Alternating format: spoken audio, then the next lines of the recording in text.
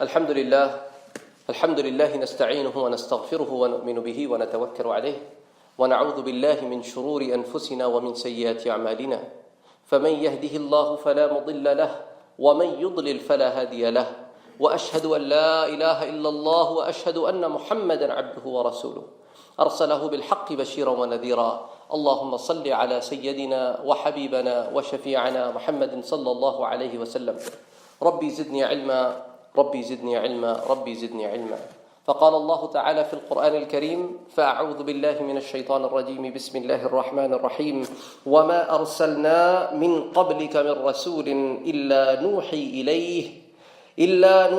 إليه أنه لا إله إلا أنا فاعبدون صدق الله العظيم. The ayah that I have just recited to you is a continuation of what we talked about last week. We talked about last week the main reason of sending the prophets and the main reason of sending the messengers of Allah subhanahu wa ta'ala. And one of the core reason was to improve the state of the heart of the human life.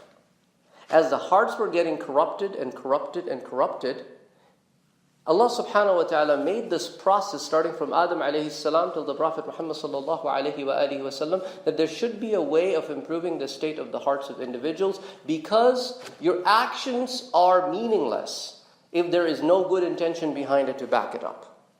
That is why I brought you a hadith, and this is the hadith by which Imam al-Bukhari opens his book, Kitab al-Wahi, even though the hadith has nothing to do with the Kitab al-Wahi, إِنَّمَا الْأَعْمَالُ بِالنِّيَّاتِ.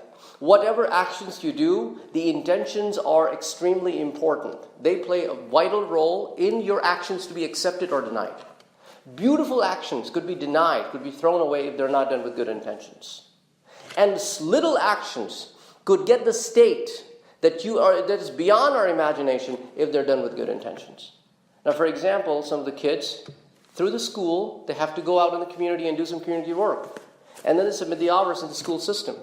Now think about it, it's a very small act, but if it is done with the intention that if I have more hours, the teacher will be impressed with me, now all this hard work that you have put together is only for the dunya. But if you put the same amount of hours with the intention that yes, I will be able to do my obligation for school, at the same time I'll be able to please Allah subhanahu wa ta'ala because I'm helping His creations, now you're getting reward for each and every minute that you put in the effort, and you're motivated, you're self-motivated to do it. As opposed to, oh my God, I have to do all these hours, and why do I have to do it, and why do I have to go to these places, why do I have to serve them in the soup kitchen, and why do I have to do this, and why do... Now, all of that, your whole thought process is now changed.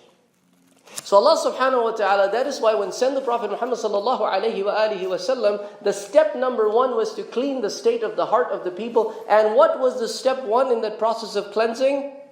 Do not worship anybody but Allah.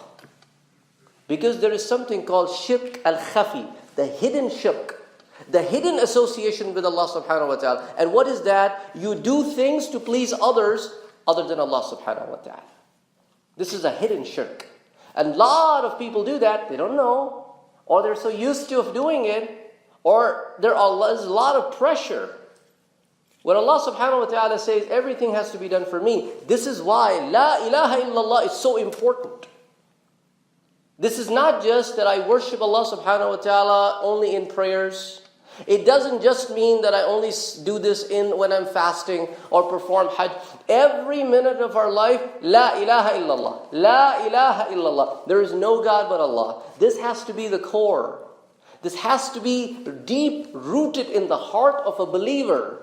And Muhammadur Rasulullah completes it. That I believe that Muhammad is the messenger of Allah subhanahu wa ta'ala because he is the one who has taught us how to pray to Allah subhanahu wa ta'ala, how to worship Him. What is the religion that is accepted by Allah subhanahu wa ta'ala? So La ilaha illallah Muhammadur Rasulullah sallallahu alayhi wa alihi wa sallam completes the picture. That is why when you go to the ulama who work on your inside, the Tazkiya of Nafs, your inner soul, one of the first things that they assign you is start with La ilaha illallah Muhammadur Rasulullah and concentrate.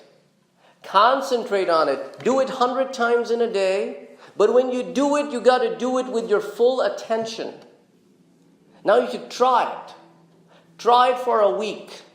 Before you retire to bed, Find some place quiet where nobody should disturb you. Your sole concentration should be on Allah subhanahu wa ta'ala, on the fact that it is just between me and my God, Allah subhanahu wa ta'ala, and I'm here to praise Him and praise Him alone. And then from the bottom of your heart, and clear your head and say, La ilaha illallah. There is no God but Allah. There is no God but Allah. And then feel the emotions behind it. Feel the power of it as it moves you. And then when you establish that state of heart, La ilaha illallah, Muhammadur Rasulullah, that adds the softness.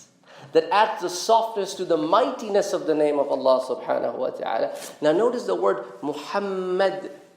You can't even say it without your two lips touching each other. That's the beauty of it. That your lips kiss each other when you say Muhammad. And Allah, stronger. It's mightiness in the name. So La ilaha illallah Muhammadur Rasulullah. So this improves the state of your belief. That's extremely important. That is why Allah subhanahu wa ta'ala says, all of them that came, what was their message? The first message, La ilaha illallah. There's no God to be worshipped but Allah subhanahu wa ta'ala. In Surah Jum'ah, Allah subhanahu wa ta'ala says, هُوَ الَّذِي بَعَثَ فِي الْأُمِّيِّينَ رَسُولًا. Allah subhanahu wa ta'ala is the one who sent among who? The illiterates, who didn't know how to read and write. Only a handful of people in the city of Makkah knew how to read and write. Among them He sent what? Rasul, His messenger. Minhum, from among them, yatlu alayhim ayatihi. And the person came to do what? Bring to these people the signs, the verses of Allah subhanahu wa ta'ala. Wa yuzakkihim, and clean them. Clean them of the diseases of the heart. Clean them of the diseases of the nafs. Clean them so that all the intentions are inside out. وَيُزَكِّيهِمْ. And then on top of that, وَيُعَلِّمُهُمُ الْكِتَابِ. And then teaches them the book of Allah subhanahu wa ta'ala. This is the right and this is the wrong. You cannot be self-righteous. You cannot define good. That's exactly what Socrates did. He walked into the people and he said, define good. It's a quality. You can't define quality. It's not a quantity. The definition of ethics, there are 5 schools of thoughts. Even though the phenomenon is extremely easy to understand, something that will not hurt others is ethical. If it does, it's unethical. Then comes a battle of legal and ethical. Sometimes illegal acts are ethical. Sometimes legal acts are unethical. Throwing somebody out of your apartment, if you're the owner of the apartment, for not paying rent for 3 months, yeah, you can do that.